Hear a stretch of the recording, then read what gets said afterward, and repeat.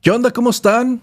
Espero que muy bien. Estás en una conversa de fútbol y hoy tenemos un invitado bien especial estrenando formato. No lo habíamos hecho, pero les prometo que va a valer la pena. Bueno, sin más preámbulo, les quiero presentar a Rafael El Chiquis García. Muchas gracias por venir o por mejor conectarte y muchas gracias por tu tiempo. ¿Qué tal, Jairo? Gusto saludarte, gusto saludar a la gente que sigue tu programa, te felicito, la verdad que haces pláticas muy amenas con gente de jugadores o deportistas desde lo más bajo a lo más alto. Es muy importante conocer todo el punto de vista desde los chavos, gente con experiencia y te felicito, ojalá que te siga yendo muy bien. No, muchas gracias. Sí, esa es una de las consignas que yo tenía desde el principio, el no irme sobre nombres, ¿no? Sí quería yo, sobre todo de aquí de Hermosillo, que es donde yo estoy, yo sí quería darle la oportunidad que yo no, o sea, un joven de 15, 16, 17, que yo no tuve. Entonces, quizás darle su espacio.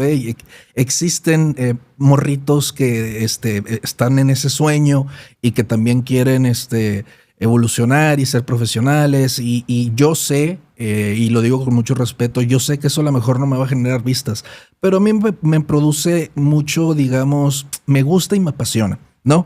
Y también obviamente con grandes nombres como el tuyo.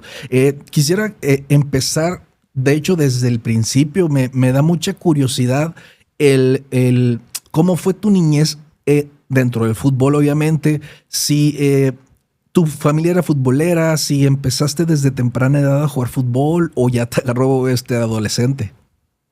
Mira, Jairo, mi papá, que en paz descanse, falleció hace 3 años. Vivíamos ahí en el DF, en un lugar que se llama Villacuapa, Okay. Que queda muy cerca de las instalaciones del Club América, como a unos 5 minutos prácticamente. Digo, ahorita ya con el tráfico es mucho más largo. Tengo un hermano que me lleva 2 años. Ahí tenía 6 mi hermano, yo tenía 4, y nos dijo mi papá, digo, ya son muchos años, pero sí, pues siempre nos contó historia y todo, algunas cosas recuerdo ahí bien. Me dijo que si queríamos ir a jugar ahí a la escuela del América, ¿no? Y bueno, pues adelante. Entonces empezamos, pues prácticamente mi hermano y yo 6 y 4 años. Después yo me seguí ahí en el América más o menos hasta los 12 años. Estaba en una escuela en México que se llamaba Instituto México, de estos colegios maristas. Y allá había algunos entrenadores que estaban en la escuela y también estaban en Pumas. Okay. Entonces me empezaron a recomendar que me fuera yo a Pumas. Estaba yo muy contento ahí en el América, pues era una buena escuela de fútbol. Ya cuando uno llega, tú sabes, más o menos una categoría, yo pienso 13, 14, 15 años, ya como que lo empiezas a tomar un poquito más en serio, ¿no? Y en ese momento pues platiqué con mi papá y se tomó la determinación de ir a Pumas, porque nos dábamos cuenta que en ese momento también para llegar a primera división en el América era muy complicado. Sí. Había muy pocos debuts, había unos extranjeros de una calidad extraordinaria, era aquel equipo que jugaba Héctor Miguel Celada, Antonio Carlos Santos, Edu, Toniño, Alfredo Tena, o sea, realmente eran puras figuras y era muy complicado que salieran jugadores de las fuerzas básicas. En cambio, pues la ideología, la historia de Pumas, pues era todo lo contrario. El 90% de todos los jugadores que llegaban a primera división salían de las fuerzas básicas de Pumas, con un par de extranjeros o 3 escogidos de muy buena calidad para ayudar a compaginar el plantel. Entonces me voy justamente a los 12 años para allá, y también es una cosa que siempre me gusta comentarlo, porque pues los chavos de repente piensan que es fácil pues que llegas y luego ya te incorporan por acá. Sí. Yo fui a hacer una prueba ahí, Jairo, pues la verdad yo creo que mínimo eran 200 muchachos. Sí. Era así, era la situación, 200 muchachos, y después pues de esos 200 se agarraban un grupo de 10, y entonces vente la otra semana y te seguían viendo, y al final de cuentas, de esa generación, o por lo menos de esa prueba, nos quedamos 2 jugadores que al final de cuentas trascendimos un poco. Uno es Alberto Rodríguez, que jugó mucho tiempo ahí en Pumas y en Pachuca. Que fue capitán en Pachuca, le fue muy bien. Y después me tocó a mí. Estuve ahí más o menos de 12 a 17 años, y a los 17 tengo la fortuna de que me convocan para ir al Mundial infantil en Italia 91. Antes, pues obviamente ahorita han cambiado todos los tiempos, ¿no? Sí. Ahora pues ves todas las competencias, te pasan todo. Antes, pues no, si cuando mucho, pues le saldría un recorte ahí en un periódico de cómo nos fue en ese Mundial, pero eso me ayudó mucho en el caso de Pumas, porque regresando del equipo de Pumas fuimos 2 jugadores a ese Mundial. Uno es Rodolfo Vega, un jugador que llegó de Veracruz, me tocó a mí a ese, y regresando el técnico en Pumas era el Tuca Ferretti. Okay. Entonces, regresando, pues enseguida nos llevó el Tuca a entrenar con el primer equipo, y después, pues a mí en ese mismo año me tocó debutar a los 17 años, y así fueron pues más o menos lo que es la época de niñez, que uno siempre, una cosa que siempre me decía mi papá, pues mira, sí, está bien que quieras ser futbolista, pero a mí por lo menos me entregas la preparatoria, o sea, no hay de otra. Incluso me acuerdo que en alguna ocasión, 10, 11 años, no andaba muy bien en las calificaciones y pues me sacó del fútbol, ¿no? Ya después me tuve que poner al corriente porque pues realmente era mi pasión desde chiquito, y afortunadamente ya cuando se dio el cuenta de que pues iba creciendo, ya que debuté en primera división, pues bueno, ya me apoyó plenamente, pero sí le tuve que entregar la prepa, que me parece que es un tema que se habla mucho en todos los equipos, si se puede compaginar el estudio con el fútbol. Sí. Y yo creo que hay tiempo suficiente para lograr eso, sin ninguna duda. Es una cuestión de pues querer hacerlo, porque el entrenamiento, aunque todos sabemos que tienes que tener una disciplina, tu buen descanso, tu buena comida, todas las cosas, herramientas que te ayudan, hay mucho tiempo libre, y eso lo puedes aprovechar para ir creciendo, haciendo a lo mejor una carrera, o por lo menos empezar a aprender idiomas. Obviamente ahora, pues con toda la época de la computación que ha estado evolucionando constantemente, yo creo que el jugador, si se prepara en eso, le ayuda mucho. Inclusive yo me he dado cuenta que la gente que estudia dentro de la cancha toma mejores decisiones. Es un tema, no todos, pero sí es una constante, que la gente que estudia, de repente, cuando tú le das una indicación, lo llevan más fácil constantemente a la cancha, ¿no? Sí, cierto. Yo he notado mucho eso. Obviamente, tiene una parte de lógica que el ir a la escuela te empuja a pensar y pues a lo mejor tener ciertas o generar cualidades que no tenías, hablando de tu cerebro, de lo psicológico, y obviamente que te va a ayudar esa inteligencia para tomar decisiones. Antes, creo yo, pues no se tomaba la escuela tan en serio como hoy. Hoy sí, quizás la mayoría puede jugar fútbol y estudiar, que es algo que me da mucho gusto. Entonces, desde chiquito empezaste, a medias, digamos, por lo que me dices, con el apoyo de tu papá, porque pues obviamente los papás, la escuela primero, y qué buena elección esa, porque a la postre te daría todo lo que vamos a platicar ahorita entre América, o sea que escogiste Pumas y América. En Pumas, ¿recuerdas cuánto tiempo te tomó debutar y a qué edad debutaste? Sí, correcto. Como te repito un poquito, llegué a los 12 años, más o menos, a Pumas, y en 5 años, a los 17 años, por ahí, me parece que fue ahí en un septiembre, octubre de 1991, me tocó debutar ahí contra UDG, que todavía estaba en primera división, que ahora está en Liga de Expansión.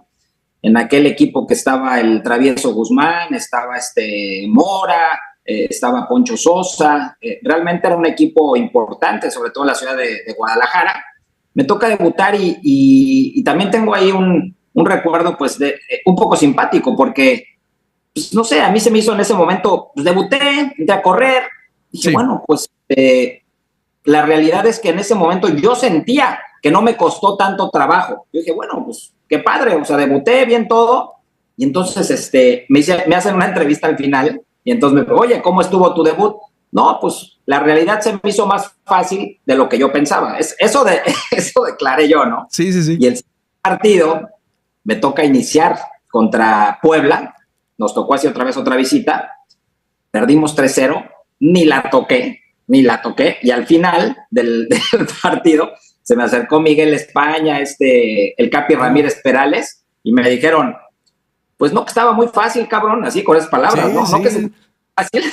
Entonces le dije, no, la verdad está muy complicado. Entonces uno se va dando cuenta de que de que parece fácil, pero sí te tienes que preparar bien en muchos aspectos para que te den la oportunidad. En esos años, Jairo, fíjate que ahí en Pumas, primero era torneo largo. Sí, sí. Todavía tocaron esas temporadas de torneo largo, que me parece que para el hecho de buscar debuts o que los jugadores jóvenes vayan saliendo, pues es mejor. Hay más tiempo para los entrenadores, para poner más a los chavos. Y nos decían bien, tienes un año para equivocarte. Ahí en Pumas nos decían, tienes un año para equivocarte, el siguiente año ya viene la exigencia y hay que salir adelante. Entonces, en ese año, ellos, hablando un poquito del tema de la escuela, te daban muchas facilidades ahí en la universidad para tratar de retomar o de terminar tus cursos.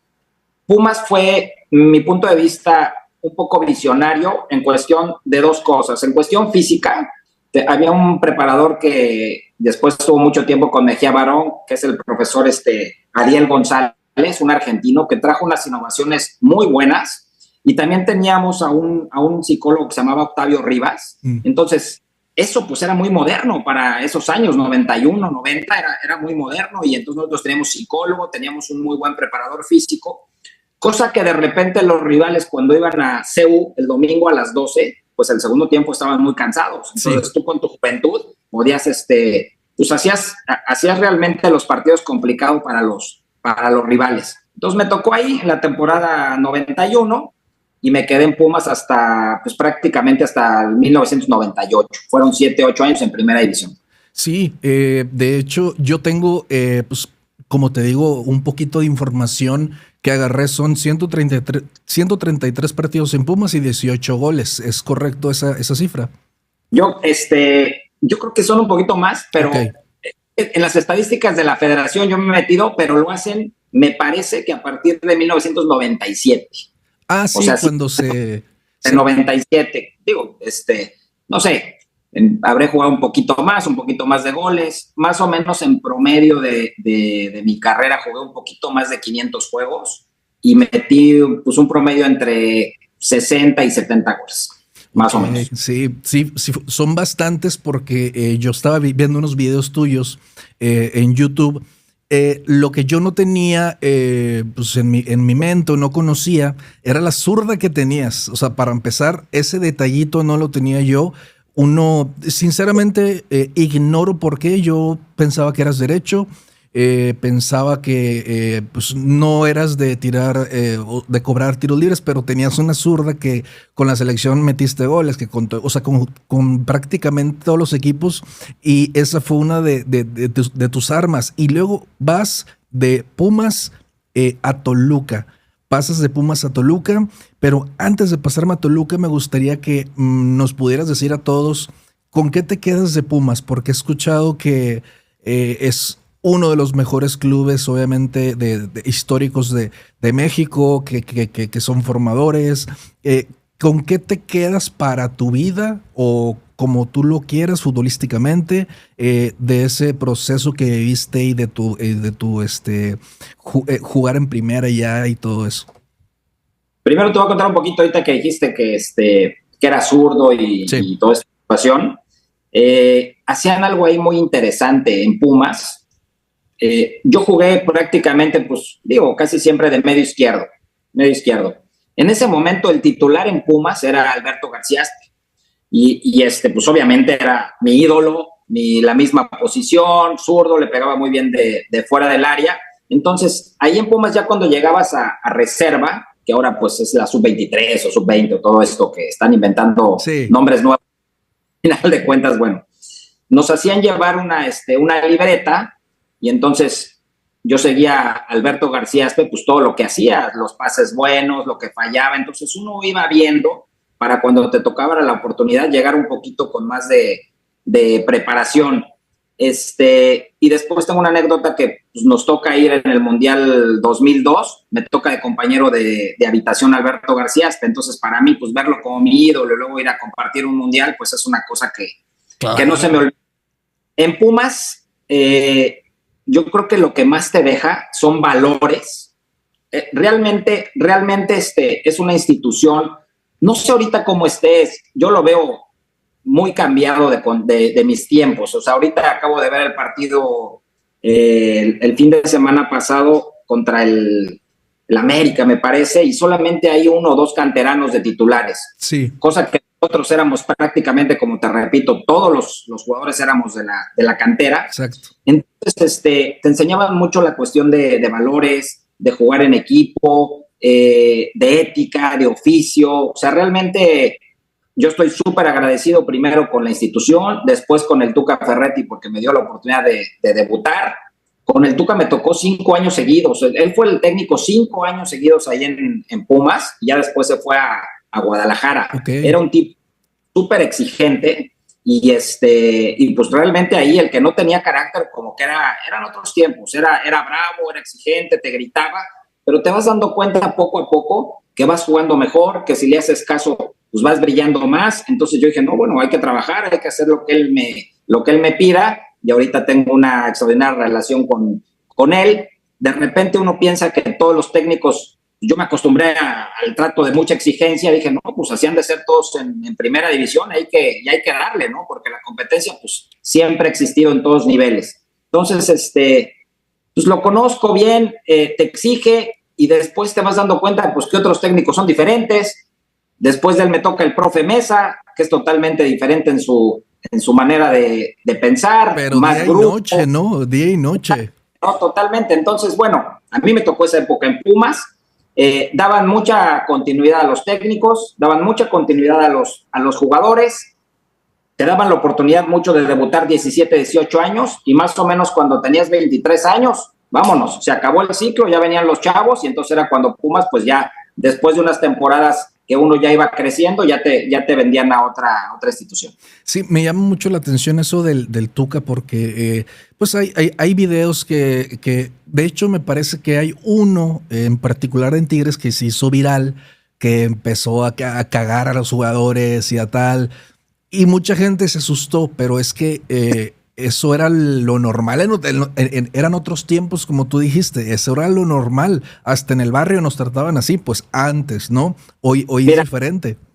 No que te interrumpa, No, ese video, si diario llevaran unas cámaras o su teléfono durante el tiempo que estuvo entrenando el Tuca, esos videos eran de diario, o sea, diario era la exigencia. Ese lo hicieron viral porque, bueno, a alguien se le ocurrió grabarlo. es el que salió. Eso fue cuando estaba en Tigres, que ya estaba más calmado, ya tenía más experiencia. Nos los hubieran tocado videos ahí cuando estábamos en Pumas. Realmente, como chavo, hay veces que cuando empezabas, decías, ¿qué hago? Te daban ganas de irte llorando a tu casa porque te decían, no, ábrete, te abrías y no, ciérrate, y te gritaba, y entonces te costaba trabajo. Pero bueno, ya cuando le agarrabas la idea, para mí, pues, digo, ahí están sus números todos, es un técnico extraordinario, ¿no? Sí, muchos campeonatos. Y sí, obviamente, a ver, no me voy a meter en ese tema, pero como ejemplo, si nosotros en ese momento, ese Tuca de Pumas estuviera de entrenador y todos los días se subieran los entrenamientos, ya sea en vivo en YouTube, en lo que sea, yo creo que la generación de hoy, no estoy diciendo que ni más ni menos, simplemente no se dejaría, por así decirlo, de alguna manera, ¿no? Y me llama mucho la atención también ahorita que dijiste que siempre jugabas por izquierda, no siendo zurdo. No sé si estás de acuerdo, pero yo me acuerdo una vez en lo que es lo táctico, las formaciones tácticas. Hoy, obviamente, bueno, tiene muchos años que se puso muy de moda, digamos, el jugar a perfil cambiado, ¿no? Pero eso viene desde hasta donde alcancé fue hasta los 60s. O sea, Brasil jugaba 4-3-3 en los 60s, en lo que alcancé. Y luego de repente viene el jugar a tu perfil y luego otra vez 4-3-3. Y, o sea, como que van y vienen esas épocas. Pero me llamó mucho la atención que tu época era al perfil que te correspondía porque se usaba el llegar a línea de fondo y centrar, que eso era como la idea, ¿no? Yo creo que tienes que ir viendo, conocer bien a los jugadores que te toca dirigir, las características. Tú hablaste ahí de un Brasil, Argentina 78 jugaba 4-3-3 con perfil natural. Mira, yo creo que sobre todo en América, lo que es el jugador argentino, brasileño, que son así más pícaros, normalmente juegan por su perfil natural, normalmente. Ahora ya ha cambiado en los últimos años todo eso. En Europa fue cuando empezaron mucho, que no eran tan hábiles, los defensas eran muy buenos, entonces dijeron, bueno, vamos a cambiarnos de perfil para tratar de hacer una diagonal hacia el centro y pegarle a gol, pero eso empezaron más en Europa. Acá todavía en América había mucho más gente que jugaba por su perfil. Yo creo que, bueno, es cuestión de platicar con el jugador. Tú, si eres, por ejemplo, zurdo y pues haces un desborde, pues bueno, vas a tener que tirar el centro de zurda. Con tu perfil natural es mucho más fácil. Entonces, de repente, si eres zurdo y le tienes que pegar por derecha un centro, pues tendrás que practicar mucho para tirar buenos centros, que de por sí hay muchos todavía jugadores que se le critican mucho por no saber central con su perfil natural, imagínate con la otra pierna. Entonces, es cuestión de práctica. Sí hay jugadores que la tienen muy clara. Pues, ahorita digo, siempre nos recordamos a Robben, ¿no? Que siempre, pues la gente, todo el mundo sabía que iba hacia el centro, tiraba, pero aunque se las supieran, se las hacía, ¿no? Se las hacían. Mucha calidad. Ahorita hablamos de Vinicius, del Real Madrid, pues es un jugador derecho y te sale por los dos lados. O sea, tiene una capacidad enorme para el mano a mano, que sí, hablando de ese tema, sí lo que te puedo decir es que actualmente el fútbol se ha hecho tan físico y tan ordenado atrás, que si no tienes ese tipo de jugadores que en el mano a mano desequilibren, es muy complicado pues ganar juego. Sí, de hecho, para esa carencia de no tener el centro con zurda, no sé si esto tenga muchos años, pero yo vuelvo a repetir, todo lo que pude regresarme desde los inicios de Roberto Carlos, de los laterales, lo tuvieron que compensar con los laterales, no cuando jugabas un 4-3-3. Entonces a los delanteros los dejaban, les daban la oportunidad de estar más libres y a lo mejor jugar más, un poquito más por dentro para estar más cerca de la portería y tratar de con su perfil tirar a gol, y el que hacía las pasadas por detrás eran los laterales. Se fueron adaptando, ¿no?, a eso. Pero bueno, no me quisiera meter en eso para no largarnos. Llegas a Toluca, que yo creo que si no es la mejor época del Toluca, ignoro si habrá otras. Yo es la mejor que conozco, es la de oro. Tampoco, te soy bien honesto, no sabía que habías participado en esa gran equipo de Saturnino Cardoso, de había Cristante, Abundis, Vicente Sánchez, Carlos María Morales. Era un equipazo, era el que traía. ¿A qué edad llegas? ¿Te recuerdas? Llego a los 23, 24 años, más o menos. Yo llego en el 98. El Toluca acababa de jugar una final, después de muchos años de no salir campeón, muchos años. Sí. Juega una final contra Necaxa. Esa final la va perdiendo en el marcador global 4-1 y acaba ganando 6-4. Entonces a mí me toca llegar en justo en ese torneo, que ya como tú dices, ya estaba un Cardoso, estaba un Carlos María Morales, un Abundis, Omar Blanco, el Flaco Macías, David Rangel. Era un equipo, la realidad, que era una gran familia. Te lo digo porque hay unas cosas que la verdad de repente dice, ¿por qué ganaban tanto, no, ese equipo? ¿O por qué se mantuvo tantos años? El siguiente torneo nos dejaron fuera ahí en la liguilla, y el siguiente vamos a la semifinal contra Santos y ganamos la semifinal, pero muy apretadamente. Les ganamos por un gol a Santos y los jugadores, yo veo que van al vestidor pasando a una final y yo los veo que van molestos. O sea, oye, acabamos de pasar a una final, pero empiezan a decir, sí, pero esas no son las formas y tenemos que demostrar más y jugar mejor. O sea, había un grado de exigencia, la verdad, muy, muy importante. Nos tocó salir campeón en esa gran final que toda la gente recuerda contra el Atlas, que era pues el equipo de la Volpe, de muy jovencitos y muchas figuras. Sí, y nosotros, Márquez, ¿no? Rafa Márquez, nosotros el Toluca de Cardoso. Entonces a mí me toca quedar campeón por primera vez en mi carrera ahí en 99, y a partir de ahí me acuerdo que ya el equipo se hizo tan exigente que ya en temporada regular cualquier empate de visita o algo ya venían ya veníamos, porque ya uno ya empieza a agarrar la inercia de que no te gustaba perder ni empatar, entonces querías ganar en todos lados.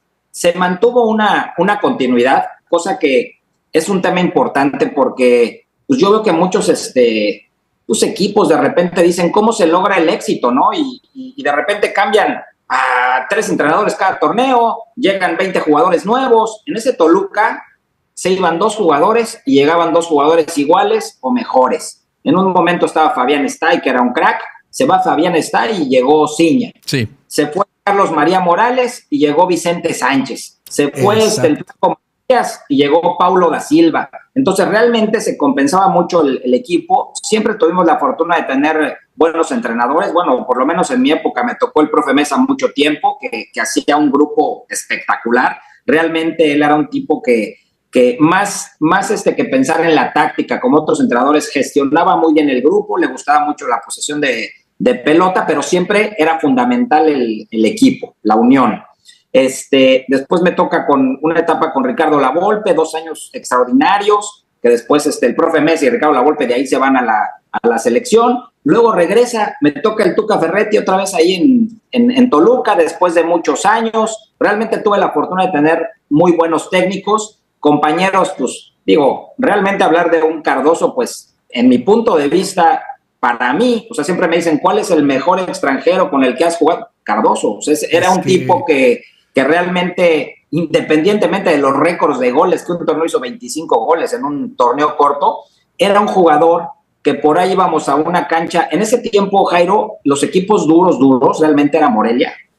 Estaba muy duro el Pachuca, muy duro el Santos. Como ahorita está Tigres, Monterrey y América, en ese tiempo era el Toluca, el Morelia, el Santos y el Pachuca. Eran 4 equipos muy, muy fuertes.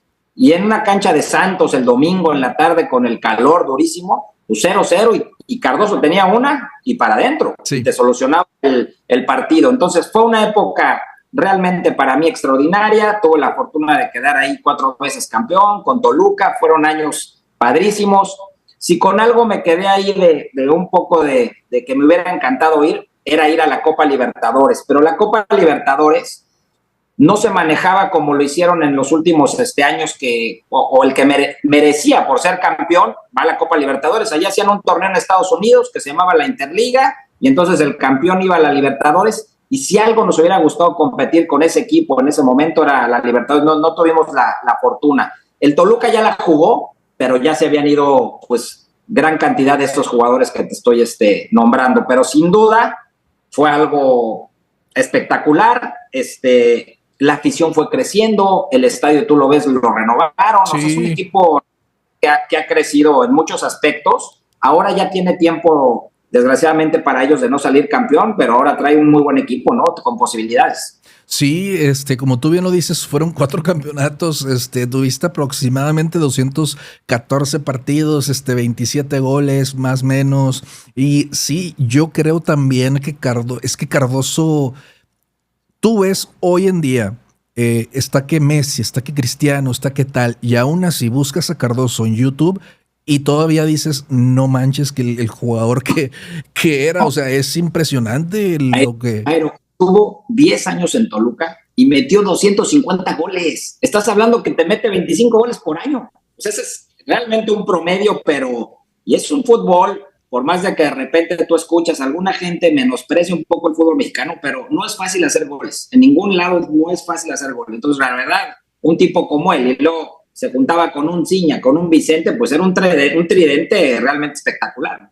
Sí, y lo más sorprendente es que no eran solamente goles, eran golazos, eran jugadas, me llamó mucho la atención una jugada que hicieron desde media cancha, o es un gol muy inventado ahí no recuerdo entre quién, si hay el clip lo voy a poner ahí, pero eran puros golazos. De hecho, me parece, si me lo permites, era o fue como futbolista tu mejor época, ¿no? En Toluca, tanto así que ahí recibiste el llamado a selección. Sí, sin duda, Jairo. Mira, a mí me tocó ir a selección muy jovencito, me llevaron todavía cuando estaba en Pumas, me llevó Bora Milutinovic, me toca debutar en la selección en 1995, o sea, contra un partido contra Uruguay, y después nos vamos a la Olimpiada, muchos de ese partido nos fuimos en Atlanta 96. Después me toca Manolo Lapuente, mucho tiempo en la selección, Javier Aguirre. O sea, estos nombres que te estoy diciendo para mí, pues fueron, imagínate, el profe Mesa, Ricardo Lavolpe, Manuel Lapuente, Javier Aguirre, Bora Milutinovic. O sea, vas aprendiendo realmente de cada uno qué es lo que más te gusta a ti, el manejo de grupo, cómo estudiar al rival, la cuestión estratégica, cuestión táctica. Entonces uno va aprendiendo y sacando lo mejor de cada uno de esos técnicos. Fui muy afortunado por tener muchos maestros, que ahora de repente me molesta un poco que se hable de estas gentes que te acabo de nombrar, Lapuente, Lavolpe, el Tuca, que dicen que ya están caducos o le llaman una palabra así, que son gente, sí, Jairo, que te ayuda y que te deja unos consejos, pero extraordinarios. Sí. O sea, realmente teniendo una junta con ellos, echarte un café con ellos o algo, pues aprendes muchísimo de todo lo que te puede contar Era una maestría ahí para... Es así. Te voy a dar un ejemplo. Yo estuve mucho tiempo ahí de auxiliar de Tomás Boy, y de repente me habla Lavolpe y me dice, oye, quiero que seas mi auxiliar.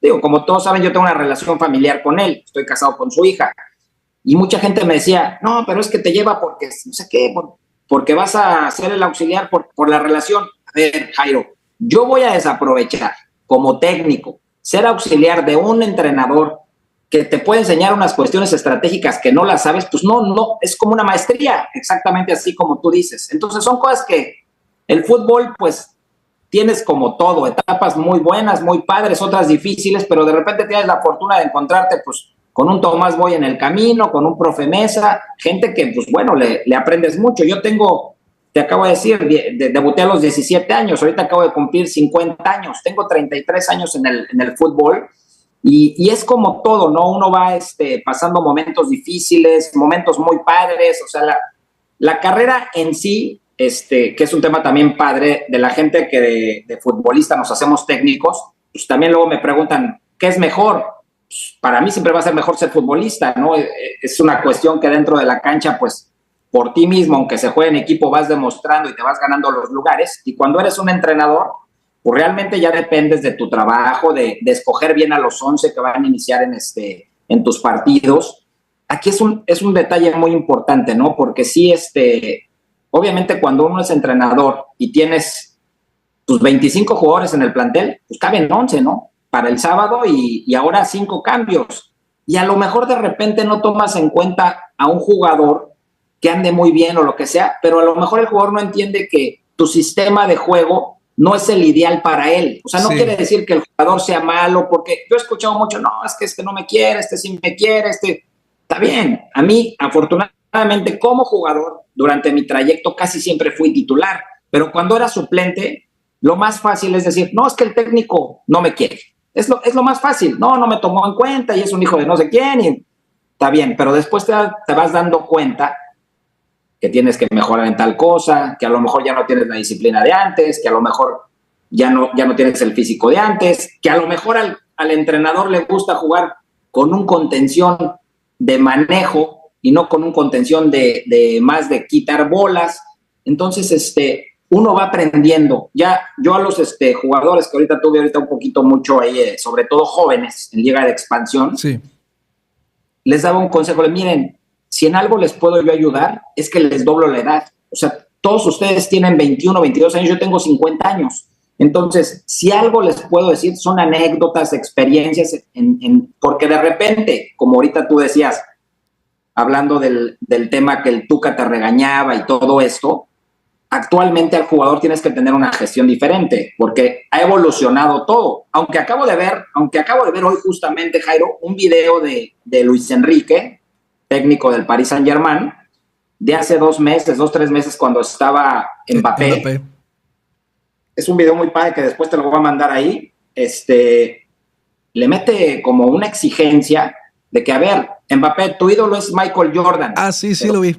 Está muy bueno. Entonces, si a un jugador como Mbappé le tienes que generar una exigencia con lo que es Mbappé, pues a los chavos les tienes que exigir mucho, siempre con un respeto, con un trato adecuado, pero necesitas exigencia. Yo veo pues todos estos videos, Cristiano Ronaldo, Messi, todos los que han logrado cosas. Yo no veo ni un video de ellos que digan, no, es que yo fui un huevón, pues es que todos son disciplinados, todos comen lo que deben de comer, todos estudian lo que tienen que estudiar. Yo siempre, como entrenador, les pido algunas cosas específicas a los jugadores. Primero, que el jugador tenga una actitud muy seria. No me gusta el jugador tibio. O sea, tienes que tener un carácter fuerte porque te enfrentas a muchas cosas dentro de la cancha y ahí sí no hay cómo escudarte ni esconderte. Esa es una. Después, conocer perfectamente lo que voy a hacer en el partido. Sí. Y después, obligación también del técnico, pero de ellos, conocer a quién me voy a enfrentar. Si yo soy un extremo izquierdo y me voy a enfrentar a un lateral derecho, pues veo las características de ese lateral derecho para que el día sábado o domingo, cuando me toca jugar, pues tenga un poquito más de herramientas para solucionar dentro de la cancha, tomar mejores decisiones. Entonces ya nos desviamos un poquito de la plática. Sí. Estábamos hablando del Toluca. Pues realmente fue algo para mí, por la edad también, no sé si todos, personalmente a los 28 años, 27, 28 años, me sentí muy bien físicamente, muy bien mentalmente, y fue una época pues que ahí me fui al Mundial 2002 con Javier Aguirre, ¿no? Sí, no, mira, para empezar, lo de que nos desviamos de la plática, para mí eso es oro. Nos desviamos todo lo que nos tengamos que desviar y me da, bueno, me deja pensando lo que dijiste ahorita de lo de la Volpe, que por cierto yo te dije, a ver, yo no quiero hablar de ese tema porque yo no me gusta meterme en polémicas y que te agradezco que me hayas dicho. Lo que quieran, sin ningún problema, hombre, estamos para platicar lo que sea. Exactamente eso me dijiste, tú dale, pero no me quiero meter mucho en el tema, simplemente las personas, bueno, me voy a incluir, las personas somos buenísimas para juzgar, ¿no? Somos buenísimas para juzgar, pero si estuviéramos en el lugar de la persona, cualquiera se hubiera ido para ir a trabajar con la Volpe. No nos hagamos tontos. Cualquier entrenador, ya sea de barrio, de tercera, segunda, subs, se hubiera ido. No nos hagamos tontos, no, por no decir otra palabra. Me llama mucho la atención también que dijiste la cantidad de entrenadores que tuviste, porque no todos los jugadores, o por lo menos eso viví yo, no todos los jugadores van aprendiendo de cada entrenador, simplemente se enfocan en jugar, pero no piensan a futuro. O sea, es decir, así como tú decías, escribías, le agarrabas, por ejemplo, que a Profe Mesa, que no era tan explosivo como Ferretti, profe Ferretti, pero él unía grupos, cada quien con sus cualidades, y fuiste agarrando cositas de aquí, cositas de allá. Y sinceramente la mayoría no lo hacen, simplemente están en el próximo juego, que está bien pues, pero están en el próximo juego y no ven a futuro, y por eso cuando quieren a lo mejor se retiran y hacen sus estudios, quizás no tienen un acervo, digamos, de información, y te felicito por eso, ¿no? Porque cualquiera, yo, como te digo, yo me hubiera ido para allá. Yo me hubiera ido para allá, y si quieres nos metemos también con la selección, porque yo tengo el 7 de febrero del 96, fue cuando te llamó Bora, que pues los más jóvenes no lo conocerán, pero te tocó jugar Copas Américas, Copas Confederaciones, te tocó jugar un mundial, dos mundiales, perdón, Copa Oro, y me da mucha risa cuando, a ver, no me quiero alargar yo porque pues aquí el protagonista eres tú, pero me da mucha risa que digan la clásica, ¿no? La Volpe lo llevó al mundial porque es familiar. Pero ¿por qué no hablan de las Copas Américas, de cuando te habló Bora, o de o las Copas Oros, o porque tuviste procesos, creo que, no sé, perdón, si tuviste procesos de sub-17 o no sé qué subs eran en aquellos tiempos, pero a ver, ¿por qué no hablan de eso? O sea, lo único que nos gusta es el chisme, es vender. Mira, Jairo, me tocó ir al Mundial Sub-17, como te dije, en Italia. Mundial Sub-20 en Australia 93. Juegos Panamericanos, Argentina 95. Juegos Olímpicos, Atlanta 96. Copa América, Bolivia 97. Copa América, Paraguay 99. Sí. Copa Confederaciones, que le ganamos a Brasil en el 99, en el Estadio Azteca. Sí. Después me toca al Mundial 2002. Después viene una Copa de Oro que le ganamos a Brasil en el 2003. Y entonces viene esta situación del Mundial 2006. Es así. Entonces a mí la gente, así como tú dices, nunca me preguntan, es muy chistoso, ¿no? Porque nunca me preguntan, ¿cómo le hiciste para ir a todo esto que te acabo de decir? No, nada más me preguntan que cómo le hice para ir al 2006. Aquí hay una situación que me gusta contarlo porque es un tema también padre y la gente no sabe, ¿no? Uh-huh. La Volpe me tuvo de técnico en el Toluca 2 años. 2 años. Después él se va a la selección. Nos despedimos. Felicidades, Ricardo, que viene esta final contra Morelia, que él estaba ya no de técnico, se quedó ahí como un ayudante de él en el equipo Toluca, que a final de cuentas la Volpe manejaba todo para esa final del 2002 contra Morelia. Sí. También me gusta platicarlo porque en esa final íbamos perdiendo 1-0 el de ida y el de vuelta empezamos perdiendo al primer minuto y íbamos 2-0. Metió un gol el Bofo Bautista. Y después le cometen un penalti a Cardoso y entonces, pues él siempre los tiraba. Realmente los tiraba. Y entonces me dice, no sé por qué en ese momento me dijo, tíralo. Digo, órale, yo lo tiro Jairo y lo fallo. Y vamos perdiendo 2-0, lo tiro y lo fallo. Y en ese momento me sentía yo también físicamente, mentalmente, que dije, chingada, a ver cómo le hago, pero ahorita vamos a salir campeones y yo tengo que hacer algo. Y empecé ahí a meterle, empecé a pedir la pelota. O sea, eso es algo que me dejó muy marcado, que en lugar de caerme en ese momento, que imagínate, fallar un penal en una final, vas perdiendo 2-0, empezamos a hacer, la verdad, un partidazo. Y antes ya acabando el primer tiempo, ya íbamos 2-2. O sea, ya en el regreso ahí en Toluca. Y en el segundo tiempo mete Cardoso el 3-2 y me toca a mí hacer el 4-2. Para mí personalmente hay 2 momentos que no se me olvidan. Uno de ellos es de poder haber salido de una situación complicada y al final hacer un gol. Sí. Y el otro es un partido que tuvimos con la selección en la eliminatoria para el 2002. Esa eliminatoria, Jairo, estaba muy complicada. El profe Mesa le fue mal, desgraciadamente, y es cuando entra Aguirre a la mitad de la eliminatoria. Prácticamente de los 5 partidos que quedaban, prácticamente necesitabas ganar los 5. Era muy complejo. Sí. A final de cuentas, se ganan 3. El cuarto partido, que es contra Costa Rica, se empata. Y al final era prácticamente una final México-Honduras. Entonces, me toca jugar de titular. El técnico era Aguirre. Y ese partido, pues, tenías que ganarlo porque si no te ibas a convertir en el villano para toda la historia de jugar un partido en el Azteca y no ganarlo. Entonces, lo ganamos 3-0 y es algo que realmente ves al estadio, la gente cómo estaba. Fue algo, son 2 momentos a mí personalmente que me marcan mucho porque fueron momentos muy, muy, muy padres. Uno en el fútbol, que a mí siempre me encanta una frase de prohibido rendirse. Para mí es mi frase favorita. Digo, no tengo muchos tatuajes, ni mucho menos tengo uno, pero me gustaría tatuarme esa frase porque siempre en el fútbol, al futbolista, yo les digo, espérense, o sea, puede ser que te vaya mal, pero esto no se acaba. O sea, hay oportunidades, hay que seguirle intentando y esto. Hay otros jugadores que de repente no les va bien en algún equipo o por lo que te digo, a lo mejor no entras dentro del esquema de juego del entrenador, pero son jugadores que en otros lados les va muy bien. Entonces, el futbolista pues siempre va a haber oportunidades, pues depende de cada uno, ¿no? Hay partidos también que uno de repente vas perdiendo 2-0 y dices, no, pues este partido ya está muy complicado. No, pues hay que luchar hasta el final. ¿Y cuántas volteretas ha habido en el fútbol mexicano? Entonces, pues son cualquier cantidad de anécdotas. Regresando un poquito al tema del Mundial 2006, a mí me convocan para esa convocatoria del 2003, para ir a esa Copa de Oro.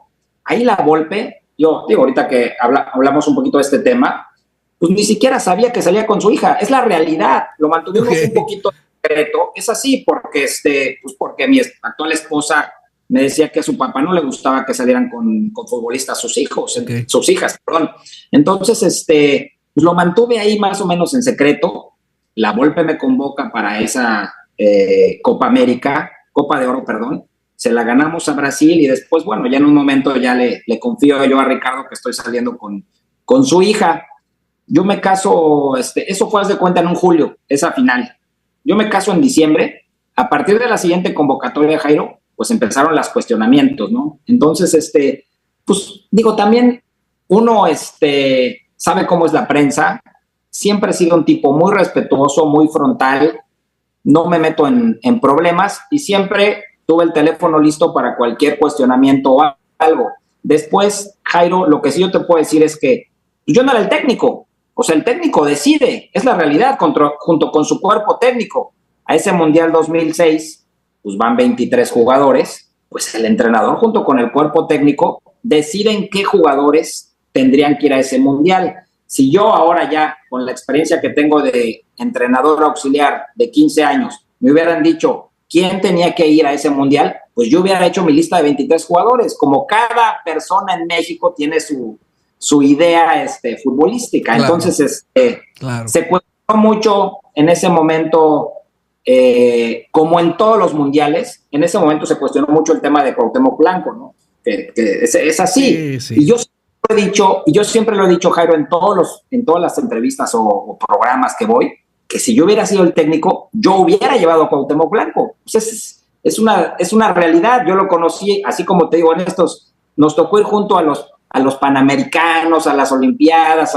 Yo sabía lo que podía ser un jugador, pero yo no soy el entrenador. Y así como ahorita me toca a mí la responsabilidad, ahorita que acabo de salir de Dorados, pero tuve 7 temporadas, tomando la responsabilidad de los 30 jugadores que tiene uno, pues puedes llevar 21 a la banca, juegan 11 y tienes 5 cambios, y pues algunos se van a molestar. Es que me da mucha pena. Yo le digo siempre a los muchachos, miren, lo único que yo les puedo prometer es que voy a tratar de llevar a lo mejor que yo vea.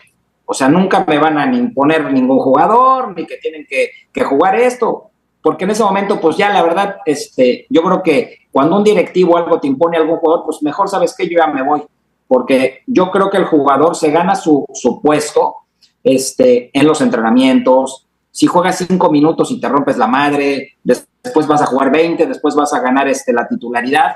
Hay un caso específico, Jairo, de un jugador que me encanta siempre contar su historia, que es el caso de Aarón Mejía, que ahorita está en Cholos.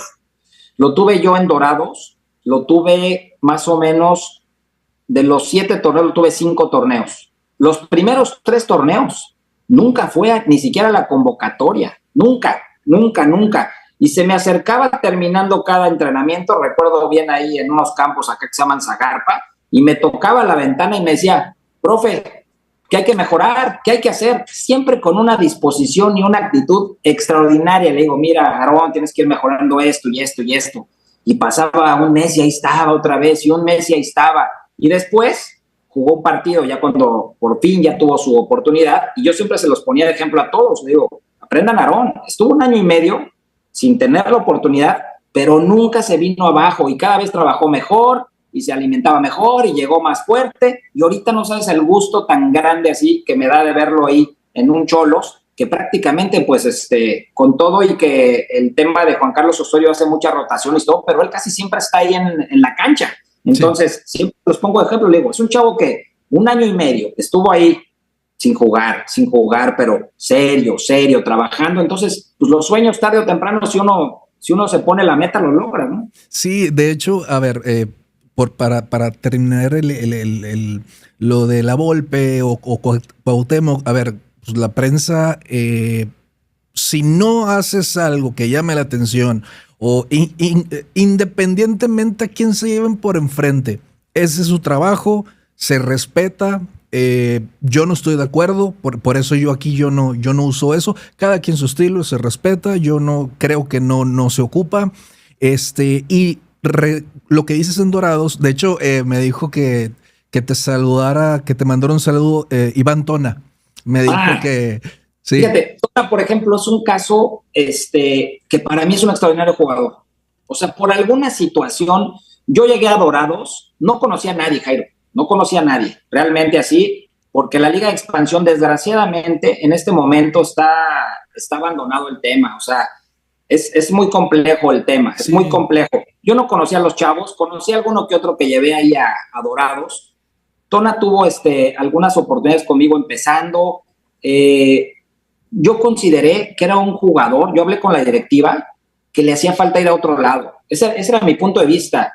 A lo mejor como jugador lo tomas mal, porque pues dices, bueno, es que no, a mí no me quieren. No es que no lo quieras, ni mucho menos. Yo creo que Tona en un momento es tan buen jugador que en un momento se estancó O sea, que dije, bueno, pues yo aquí jugando así con la calidad que él tiene, entonces yo le recomendé a la directiva pues que se fuera a otro equipo para que tuviera más constancia, que tuviera otros retos. Y luego me dio un gusto enorme verlo ya que llegó primero se fue a Cimarrones, pero luego llegó a Rayados y le fue muy bien. Debutó ahí, creo que con Vucetich, me parece.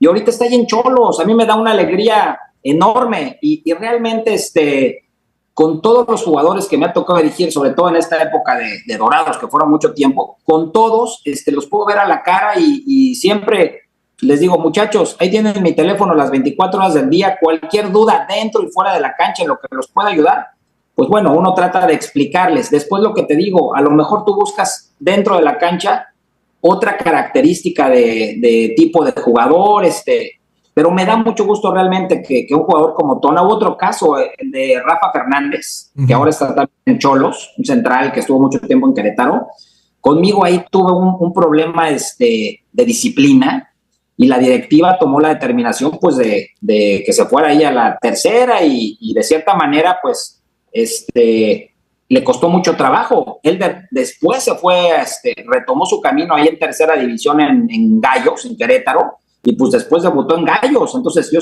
hablo con él y digo, oye, la verdad, qué gusto me da que pudiste lograr tu sueño. Y ahí está como central defensa mexicano y la verdad, que también es otra cosa. Tú ahorita que estás ahí en Hermosillo y eso, yo tengo 4 años acá en Sinaloa y me di cuenta que el jugador de Sinaloa tiene unas características muy buenas. O sea, son tipos ya que vienen físicamente rápidos, que son dinámicos. ¿Qué es lo que pasa? Que hay que tenerles confianza. En los últimos años, Jairo, fíjate que de promedio se han mandado como entre 50 y 100 jugadores de Liga de Expansión a Primera División. Okay. ¿Cuál es el problema? Que los directivos o los entrenadores más bien de Primera División no los ponen o no les tienen confianza. Ahorita yo veo que llegó pues Osorio, que me da un gusto enorme, ¿no? Ha puesto a Eduardo Armenta, a Alan Vega. Alan Vega para mí es un crack. Sí, para mí es que aquí estuvo, no sé si lo viste. Sí lo vi y le tengo un aprecio enorme a este muchacho, así como ahorita hablábamos del tema de Tona y eso. Bueno, pues Vega conmigo la verdad tuvo mucha continuidad, le fue muy, muy bien. Vega es un jugador guardando distancias como un Chávez de Pachuca, o sea, es un medio izquierdo que tiene mucha llegada, mucha técnica, pero hay que darle continuidad. Ahorita justamente anda un poquito lesionado, no lleva 2 partidos jugando, pero pues él estaba de líder de asistencias de la Primera División con 4 asistencias. Raúl Zúñiga, nuestro delantero que tanto queríamos aquí en Dorados, la famosa Pantera, llegó a nosotros con Dorados y le faltaban tenía unas deficiencias técnicas muy importantes, entonces lo empezamos a trabajar como niño, realmente con cosas de coordinación, y después él tuvo tantas ganas de irse superando, que bueno, pues ya estuvo en Gallos y ahora está en Cholos y constantemente tiene más minutos, ha hecho goles. Entonces a nosotros, pues la verdad, los técnicos que lo tuvimos abajo, a todos estos jugadores, verlos en Primera División, pues para mí es lo más padre que te puede suceder, ¿no? Sí, aquí han estado pues varios que ahorita están en Cholos y estuvieron en Dorados, y sí platicaban que una de las, vamos a decir, épocas más duras o fuertes o malas para ellos fue que es estar parados un año. Y aquí veo, a ver, por un punto el entrenador tiene su método, y como tú dices que cada jugador, ciertos jugadores no encajan en ese sistema de juego. Y por otro lado, entiendo el jugador, la desesperación, porque uno está programado para defenderse, entonces lo primero es echar culpas o lo que sea, pero también creo que hay un desconocimiento del jugador de ese tipo de cuestiones, que es que no cabes en este sistema táctico. Tus cualidades no dan aquí. A lo mejor vas a ser el goleador en Tigres, pero aquí no vas a dar. Entonces, quizás porque también ha habido bastantitos de otros equipos que vienen para acá y que dicen, no, este técnico no creyó en mí. Este técnico me borró porque le caía gordo. Este técnico tal. Y puede ser, yo no digo que no, pero sí hay esas cuestiones de entiendo los dos lados, ¿no? Pero un entrenador, creo yo, que nunca va a buscar el mal para ningún jugador, porque pues eso sería autodañarse.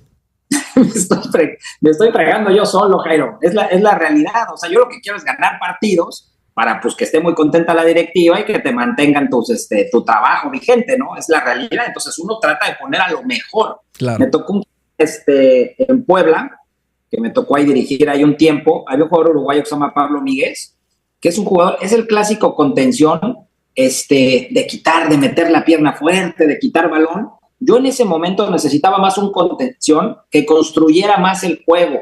Entonces en ese momento estaba el Pato Araujo.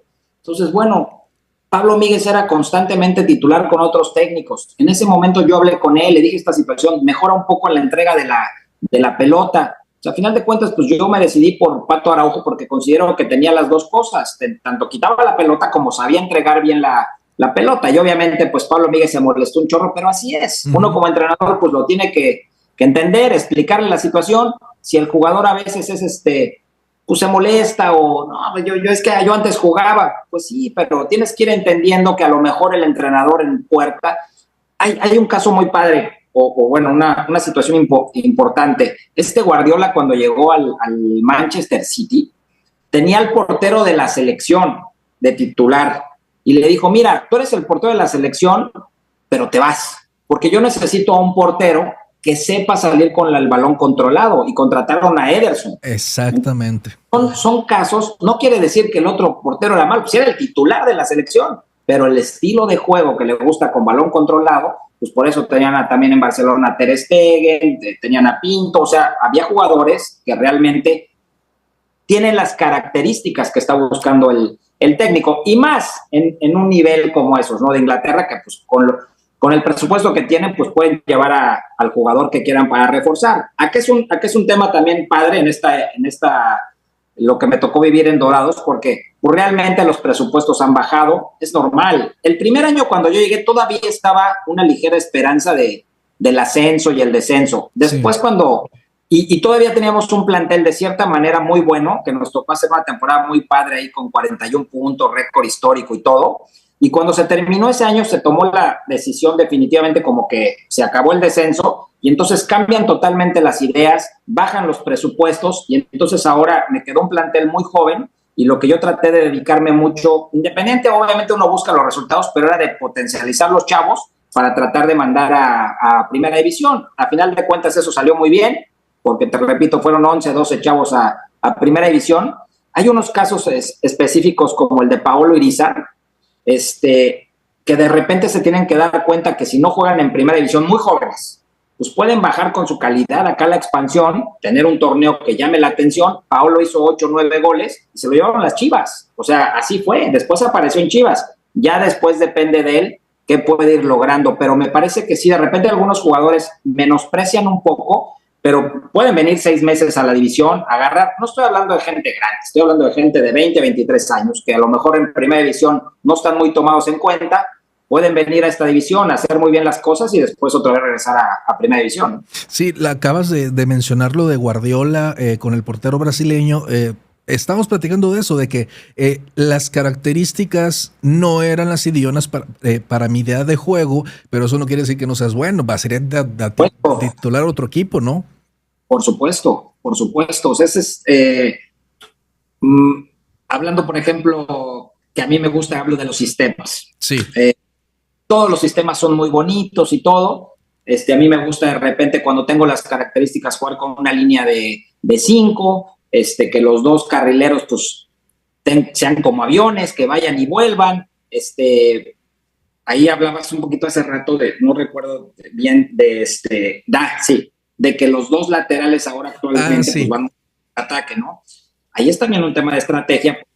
Si tú te enfrentas a un jugador, vamos a decir, de las características que yo tenía, era un Cañozales, por ejemplo, un colombiano que para adelante va muy bien, pero para atrás no es su mejor condición.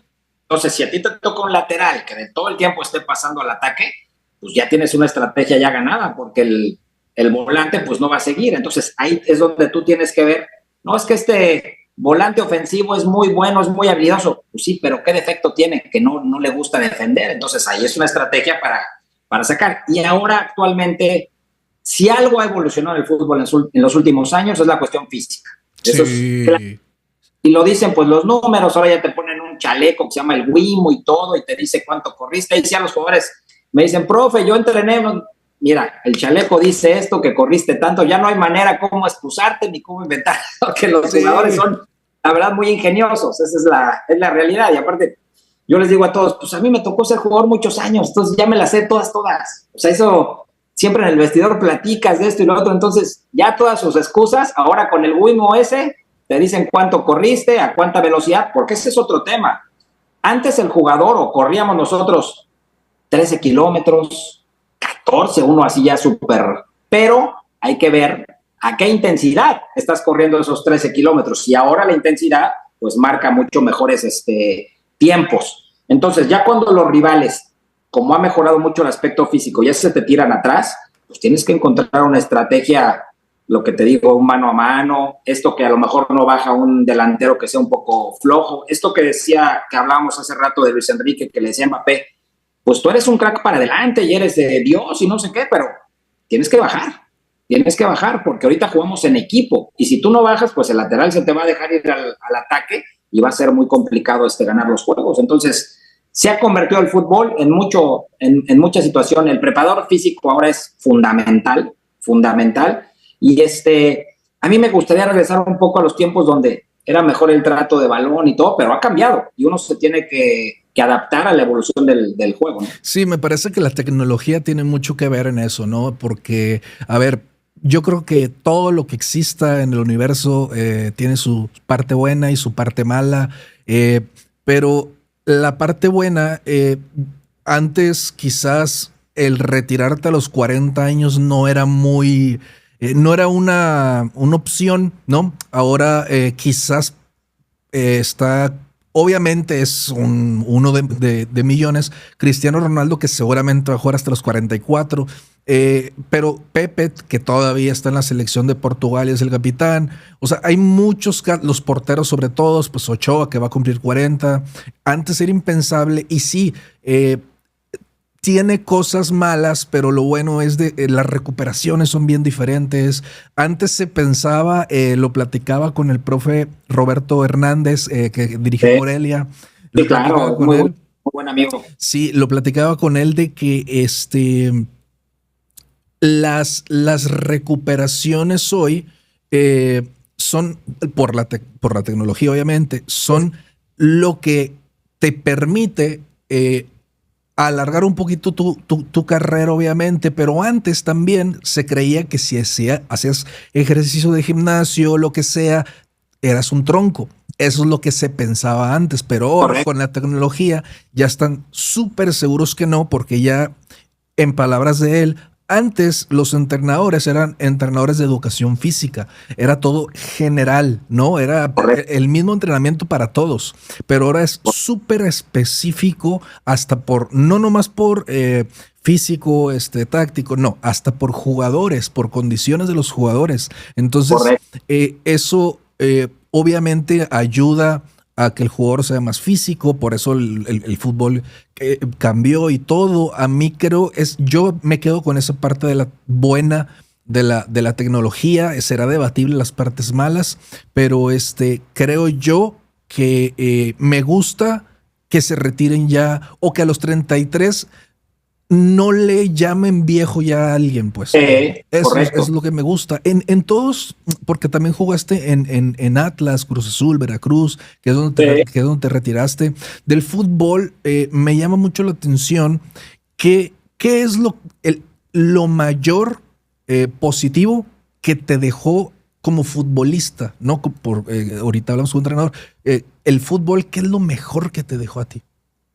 No, bueno, en realidad, pues, al fútbol le debo todo, ¿no? Es así. O sea, sigo jugando cuando puedo, donde me invitan, porque es algo realmente que uno, pues es muy difícil que te quiten ese gusto, ¿no? Entrar a la cancha, sacarte tus presiones, o sea, le debo muchas cosas. Lo que sí aprendí mucho, le pongo mucho balance en la cuestión, por ejemplo, que hablamos todo este tema de Toluca, todo cómo se logran las cosas, campeonatos, récords de puntos, con una continuidad, con buena selección de los extranjeros, con buena selección de los refuerzos, con un grupo también de personas muy humanas, y de repente me tocó la otra cara de la moneda, que fue ahorita que mencionaste Veracruz, que estuve muy contento ahí, viviendo en Veracruz, todo y esto, pero sí me di cuenta cómo deportivamente pues está muy complicado lograr los objetivos. Yo estuve tres torneos en Veracruz y tuve 7 entrenadores en 3 torneos y tuve como, no sé, como 30 jugadores, se iban 20, llegaban 25 y se iban 25 y entonces dices, bueno, y ese equipo se fue al descenso.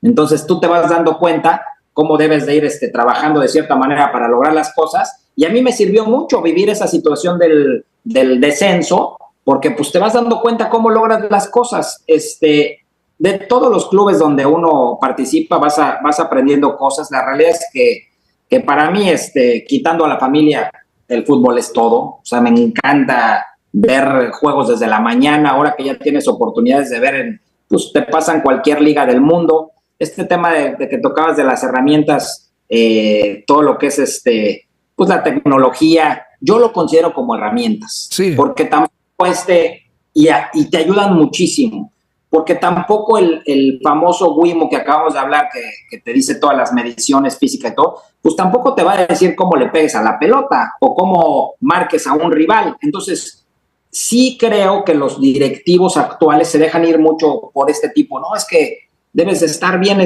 ahora con la tecnología y todo actualizado. Sí, yo creo mucho en eso y en programas Way Scout, Match Análisis que te enseñan todos los rivales para estudiar, pero para mí a final de cuentas son herramientas. Sí. Así como el tema del gimnasio. Nosotros esto del gimnasio, te repito un poquito, con este cuate Ariel González, un preparador físico, la verdad, extraordinario, pues ya hacíamos pesas en Pumas, pero lo importante es saber hacerlos con la técnica adecuada. Yo veía unos jugadores que venían de Argentina, pues los veías medio flaquitos y eso sí, ¡pum!, te levantaban así bien rápido las pesas porque traen una técnica adecuada. Es lo mismo que les digo, pues para tirar un centro, para patear a gol, de repente llegan los jugadores muy fuertes y le pegan pues mal, pues es cuestión de técnica. O cuando uno va a batear, pues si no tienes técnica, entonces sí creo que para todos los deportes necesitas técnica y repetición, técnica y repetición. Sí, yo también estoy de acuerdo. No hay otra, es repetición, repetición, repetición y repetición y luego más repetición. Si me permites, vamos a poner 2 preguntas que mandó la gente. Bueno, te dije que mandaron más, pero quise poner solamente 2 por los tiempos. Y si gustas contestarlas, si no, ningún problema. Vamos con la primera. Muy bien. ¿Qué pasó por su cabeza? Soy Alonso. Cuando dio el pase a Cardoso en aquel gol al América, ¿qué pasó por su cabeza? No sé a qué partido se refiere, pero... Hace rato decías tú de una jugada que hicimos así muy padre. Sí. Ahí sí, esa jugada, pues empieza bien. Primero, el rival fue el América. Entonces, siempre llama la atención. Ahora que me tocó estar en también de auxiliar ahí en el América, sí, pues realmente fue una experiencia padrísima, porque inclusive nos tocó ahí jugar un mundial de clubes que nos tocó enfrentar al Real Madrid. O sea, para mí también como experiencia ver a los jugadores del Real Madrid fue algo impresionante, la verdad. Entonces, pues si tú estás en Cruz Azul, en Veracruz, en cual se llame como se llame, cuando te enfrentas al América, pues es un rival importante. En ese momento, pues digamos que el enemigo ahí también importante del Toluca era el América, como muchos equipos. Entonces, ese partido nos tocó ganarlo 6-0. O sea, fue algo realmente pues histórico y la gente recuerda muy bien ese gol que fue el 5-0, que fue un contraataque pues perfectamente trabajado, que hizo una jugada padrísima a Cardoso, que se lleva ahí a un rival, se la tocó a Ciña y entonces en un momento me queda a mí como para patear, tenía yo la claridad para patear, pero había siempre ahí un chiflido que yo le conocía perfecto a Cardoso, que cuando me chiflaba, yo se la tiraba sin ver a segundo poste. Y en ese momento escuché el chiflido y pues se vio más para la jugada, así como todos pensaron que yo iba a tirar y pum, se la puso y entró prácticamente caminando. Es una jugada que mucha gente, o sea, mucha gente durante muchos años en su celular me dice, mira este gol y ahí lo traen grabado en su celular, ¿no? También insisto un poquito por el rival, que también les gustaba a la América. Claro. De hecho, mientras tú lo estabas relatando, ahí les estaba saliendo en la pantalla el gol. Vamos con la segunda pregunta. Correcto. Hola, soy Alejandro. ¿Cuál fue para ti el mejor gol de tu carrera y por qué? Es una pregunta interesante. Sí, bueno, tengo dos. Uno que le metí a la selección de Estados Unidos en una Copa USA, que fue ahí en el 1995. Íbamos perdiendo 1-0. Pues yo era jovencito, tenía 21 años, y fue un tiro libre para el empate prácticamente para acabar el primer tiempo. Fue un golazo así, el estadio lleno ahí en el Rose Bowl, estuvo padrísimo, y pues meter un gol con la selección es algo Claro. no se te olvida. Y el otro fue el que hace rato te comentaba, no porque el gol hubiera sido, fue un gol padre y todo, pero el gol ese cuando fallé el penal, que después pude hacer el gol, no, pues es algo que recuerdo siempre con mucho cariño. Sí, me quedan dos cositas para platicar contigo. Me gustaría saber qué piensas de lo que antes importaba la psicología deportiva para gestionar, porque yo creo que el entrenador termina siendo un psicólogo porque es un gestionador de emociones. Esa es la realidad. Son personas y son humanos y tienen emociones, tienen problemas, tienen subidas, bajadas. Entonces, antes no sé qué tanto peso le daban a la psicología a comparación de hoy en los equipos. ¿Cómo es esa? Si hay diferencias, si hay más antes hoy que perdón, si había más antes que hoy, ¿cómo ves ese tema? No, por supuesto, así como ha evolucionado todo esto que hemos hablado, estos temas, la psicología en el fútbol ha evolucionado muchísimo. A final de cuentas, pues siempre uno entra con una presión a jugar, o sea, por más de que tengas la experiencia, recuerdo yo ahorita que te dije de ese partido de México-Honduras que nos daba la clasificación para el Mundial 2002, Sí, pues me tocó jugar de titular, le toca jugar de titular a Alberto García Aspe, que tenía mucho más experiencia, y entonces yo le dije, oye Beto, en estos juegos, pues, ¿cómo le haces para no entrar con tanta presión, no? Y enseguida me voltea y me dice, pues yo estoy más presionado que tú, o sea, por más de que ya tenga mucha experiencia, tú entra y rómpete la madre, o sea, entonces el tema de la presión, de manejar ahí, ya entrando a la cancha, ya cuando tocas 2, 3 balones, como que ya te vas tranquilizando, a menos de que empezando el juego empieces con 2 o 3 errores, pues a lo mejor durante el partido andas nervioso, ¿no? Ahí entra mucho el tema, pues ya actualmente sobre todo en primera división, en liga de expansión, pues no hay los recursos de repente para tener a lo mejor un muy buen psicólogo, un buen nutriólogo, no lo hay, pero en primera división tienes todo y obviamente como entrenador, pues debes de tener una gestión, conocer perfectamente a cada uno de tus jugadores, porque hay jugadores por los cuales les puedes gritar enfrente de todos y no va a pasar nada, y hay un jugador que le puedes gritar y a lo mejor se te va a caer todo el tiempo. A ese tipo de totalmente. jugadores mejor los citas en la oficina y platicas con ellos con calma. Ahí es una cuestión del entrenador de darse cuenta. Pero sí, obviamente la cuestión motivacional, actualmente, pues, si a lo mejor el equipo no sale en su mejor día, pues a lo mejor algunos partidos los ganas a base de motivación. Entonces, por supuesto que la psicología se vuelve una cosa fundamental, ¿no? Sí, sí, estoy totalmente de acuerdo en eso de pues tienes que gestionar emociones para poder tener pues el mejor rendimiento posible, que es lo que un entrenador busca. Te tocó dirigir en primera con Puebla, si no mal recuerdo, ¿no? ¿Cómo te fue en esa aventura? No sé si fue tu primer equipo en primera, pero ¿cómo te agarró ahora del otro lado la situación?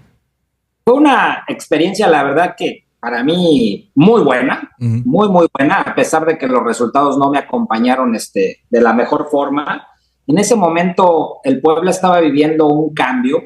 Eh, los dueños eran unas personas que eran la familia Chargoy, que también eran dueños de Jaguares. Yo estuve trabajando en Jaguares de auxiliar y entonces ahí me conocieron, les gustó mi manera de trabajar y me llevaron de entrenador principal a Ok. Puebla. Había un problema importante que desgraciadamente en ese momento no estaban pasando por la mejor situación económica y entonces pues me tocó una época de cambio que ahí entró en ese momento TV Azteca como a echar la mano al Puebla y entonces no nos pudimos reforzar de ninguna manera, el equipo se quedó realmente débil en cuestión de materia prima y bueno, aún así me decían los directivos, oye, pues no es que no va a poder venir este y este. No, pues vamos a darle adelante, pero después hay que tener un poco de paciencia también si los resultados no se dan. Pues eso se dice, pero al final de cuentas, cuando ya no se dan los resultados, pues no te tienen la paciencia que te habían prometido. Sí, sí, Y sí. así es. El técnico, pues, así como dicen, llega a un trabajo con sus maletas listas, porque en el fútbol mexicano es un tema importante, hay muy poca paciencia, y sobre todo para el entrenador mexicano.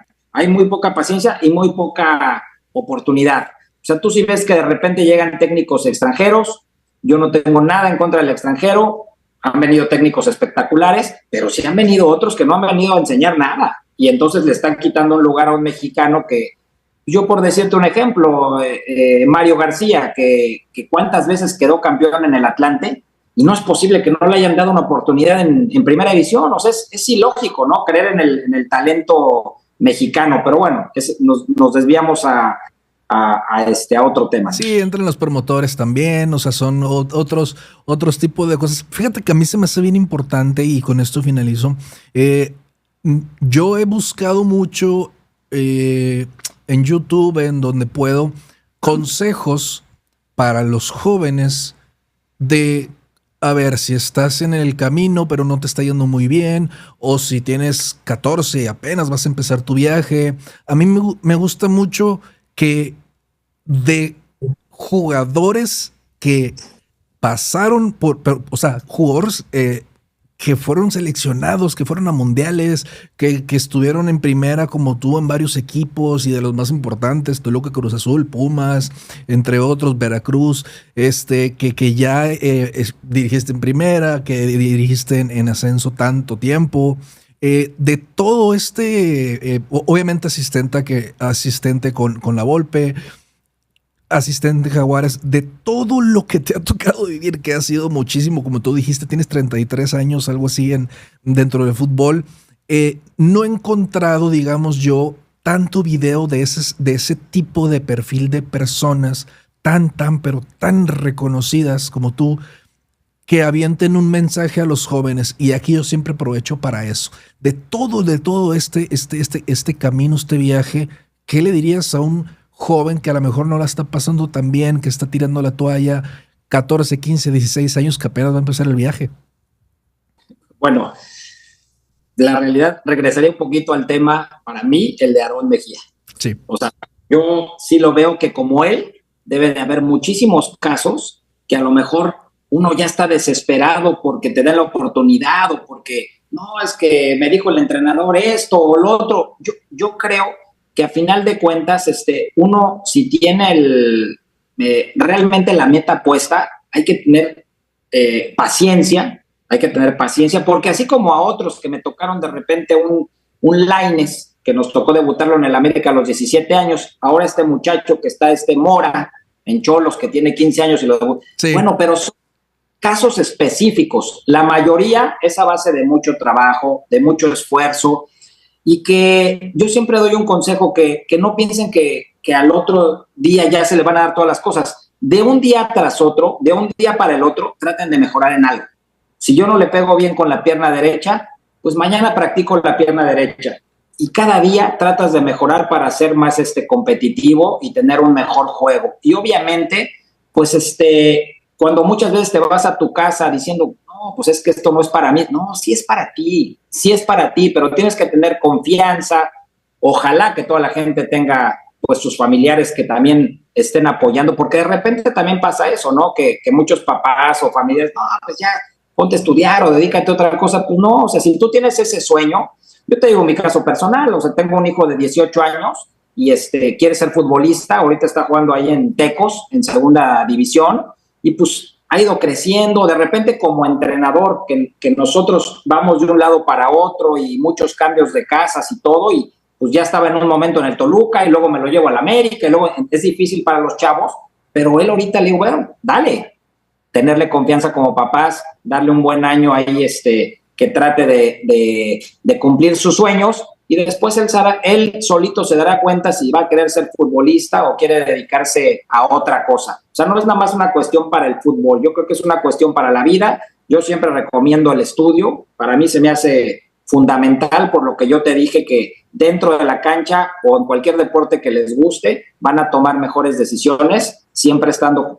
mejor preparado fuera de la cancha y repito mi frase, prohibido rendirse. Sí, y remarco lo que estábamos platicando hace un momento. Bueno, estabas diciendo, si te falta pegarle con la zurda, pues hay que pegarle. Y hablamos de la repetición. O sea, no es una semana pegarle, es darle miles y miles y miles y miles y miles. Como por ahí escuché una anécdota que Cardoso recibía tantos centros después del entrenamiento para Eso, sí, dale. eso los chavos no lo creen, ¿eh? Ajá. No lo creen. Pero Sí. Cardoso se quedaba cada entrenamiento y así como te dice Hugo Sánchez y el Chicharito y todos los que lograron cosas, yo estaba ahí, a mí nadie me lo contó, le llamaba a los chavos que venían de la reserva, tírame 50 centros de cada lado, agarraba el segundo, tercer portero y se quedaba diario a rematar. Y el fin de semana, a base de las repeticiones, y hay otro tema de Cardoso, cuando Cardoso va a estas pues giras que vamos de repente los entrenadores a Europa a conocer los entrenamientos, cómo entrenan el Manchester City, el Real Madrid, todo esto. Cardoso va a ver a Guardiola y cuando regresa, yo tuve la fortuna ahí de platicar, me lo encontré ahí en Acapulco específicamente y le dije, oye, ¿qué es lo que más aprendiste de cuando fuiste con Guardiola? Me dice, pues que repite 1000 veces la jugada para que dentro de la cancha le salga como un relojito, o sea, independientemente de las características que él tiene, pero repite salida tras salida tras salida para que dentro de la cancha, pues ya sepa uno perfectamente lo que tiene que hacer. Entonces, repetición. Sí, hay esa historia yo me la supe porque aquí tuve de invitado a un jugador que, bueno, quizás no le fue bien, en el primer equipo de Toluca no pudo desenvolverse, Luis Jaime Borrego, y normalmente, saludos al profe, normalmente, pues quizás Cardoso le decía a los chavos, ¿no? Sabes que quédense y tírenme 1000 centros. Así, bueno, me decía el 500, me parece. Tírenme 500 centros, quédense, ¿no? Porque obviamente se entiende que a la mejor si Cardoso le decía eso a los de jerarquía, quizás no se van a querer quedar, ¿no? Pero me sé esa historia por eso, repetición. Y también me quedo con lo que le dijiste de, si no te está yendo bien en un equipo, pues no es que le caigas gordo al entrenador. O sea, quizás en otro equipo te va a ir mejor. Puedes buscarle por otro lado. No se acabó el mundo. Y ahí te va otra anécdota de que tengo ahí una gran amistad con Leandro Cufré, que estuvo de jugador en Atlas, que estuvo entrenador. A la Roma. Es un jugadorazo, la verdad. Fue a la Roma, ¿no? Exactamente. Y entonces me contó que ahí estaba Cafú. Pues para mí, yo creo que el mejor lateral derecho de la historia, o de los mejores, ¿no?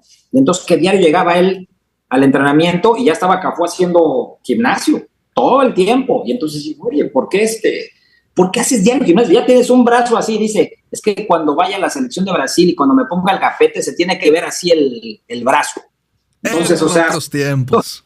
Sí, ahorita no creo que piensen eso los morros, pero bueno, hasta eso que con las redes sociales, quizás sí, el físico, ojalá que fuera así, pero sí vi un pedacito, de hecho, en el podcast de La Volpe estaba hablando con Leandro Cufré y estaba contando en la Roma que a mí me tocó con Cafú, que con Batistuta, que empezó a nombrar jugadores y uno se queda a la torre, o sea... el tema de lo que hablamos, Cufré llegó a la Roma y estuvo un año sin jugar, y lo agarró Capello y le dijo, pues uno de los mejores técnicos, Capello, le dijo, a ver, tienes que ponerte muy bien físicamente, tienes que estar a la altura para poder jugar. Entonces estuvo un año, pues sí, pues enojado y eso, pero después cuando agarró el puesto, pues ya no lo soltó. Sí, claro, pues por mi parte es todo, neta, te agradezco un chorro el tiempo, que le des la confianza a un proyecto nuevo que creo que va creciendo mucho. La gente va a valorar muchísimo tu tiempo, estoy seguro de eso. Y pues no sé si por mi parte es todo, felicitarte por todo como te dije, hice un guión que procuro no seguirlo, pero es impresionante tus números, la verdad, en goles. Yo no me esperaba tantos goles, siendo digamos un medio, no un delantero. Y me parece que es algo digno y te decía al principio, tus seguidores no hacen justicia. Ya me explicaste el por qué acabas de empezar. Pero me dio mucho gusto platicar con alguien que espero no te sientas viejo, pero que yo de chiquito veía en la tele, ¿no? Así pasa y me da mucho orgullo haber platicado contigo, aprenderte, platicar un poquito de fútbol y que la gente aprenda junto con nosotros algo de ti. Pues por mi parte es todo. No sé si quieres decir algo más. No, Jairo, te agradezco mucho la invitación. Cuando gustes, podemos platicar del fútbol, que es lo que nos encanta, del deporte. Otro día hacemos otro Claro. programa de otros temas con muchísimo gusto. Te felicito. Ojalá que tu proyecto siga ahí por el camino que va. La verdad es una extraordinaria persona y te deseo lo mejor. Muchísimas gracias. No, sí, te acepto la segunda parte, por supuesto que sí. Bueno, gente, muchas gracias por haber llegado hasta aquí. Por nuestra parte es todo. Estás en una conversa de fútbol. Nos vemos.